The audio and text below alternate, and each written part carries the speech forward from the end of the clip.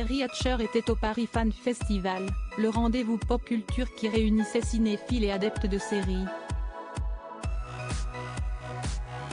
Les 15 et 16 avril, la comédienne connue pour avoir interprété Susanne Mayer puis Delphino dans Desperate Housewives est venue à la rencontre de ses fans pour répondre à leurs questions.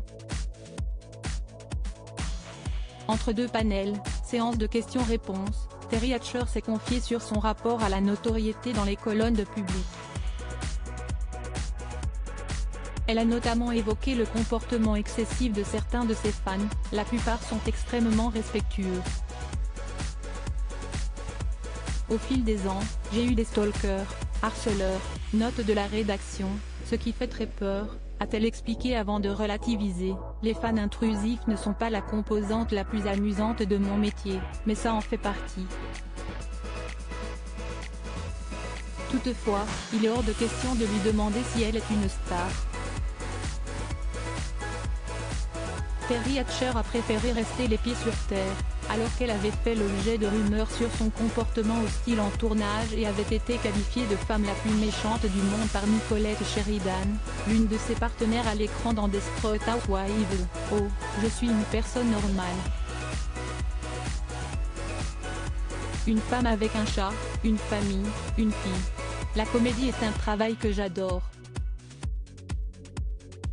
Je suis reconnaissante d'avoir eu des opportunités. Mais la notoriété est un peu extérieure à moi, a-t-elle assuré. Supérieure à que deviennent les actrices de la série Desperate Housewives. Je n'étais pas de ces jeunes qui rêvent d'être acteurs comme l'a précisé Terry Hatcher à Public. La comédie n'a pas été une évidence pour elle puisqu'elle y est arrivée par hasard. D'ailleurs, elle a indiqué à nos confrères n'avoir jamais su pourquoi elle avait choisi cette carrière. Je suis tombée là-dedans un peu par hasard. Étant très travailleuse et concentrée, j'ai bossé. Mais je n'étais pas de ces jeunes qui rêvent d'être acteurs, a-t-elle expliqué. À 58 ans, l'actrice rêve à d'autres projets bien éloignés de la comédie, les sciences. Parfois, j'aimerais être scientifique. Sa mère était programmatrice en informatique et son père physicien nucléaire et ingénieur en électricité, note de la rédaction. Peut-être que ça m'arrivera de prendre un autre chemin, a confié Terry Hatcher.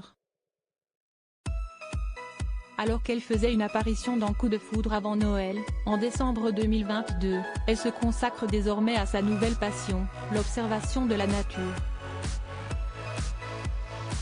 Article écrit en collaboration avec 6 médias. Crédit photo, Pacific Press Agency.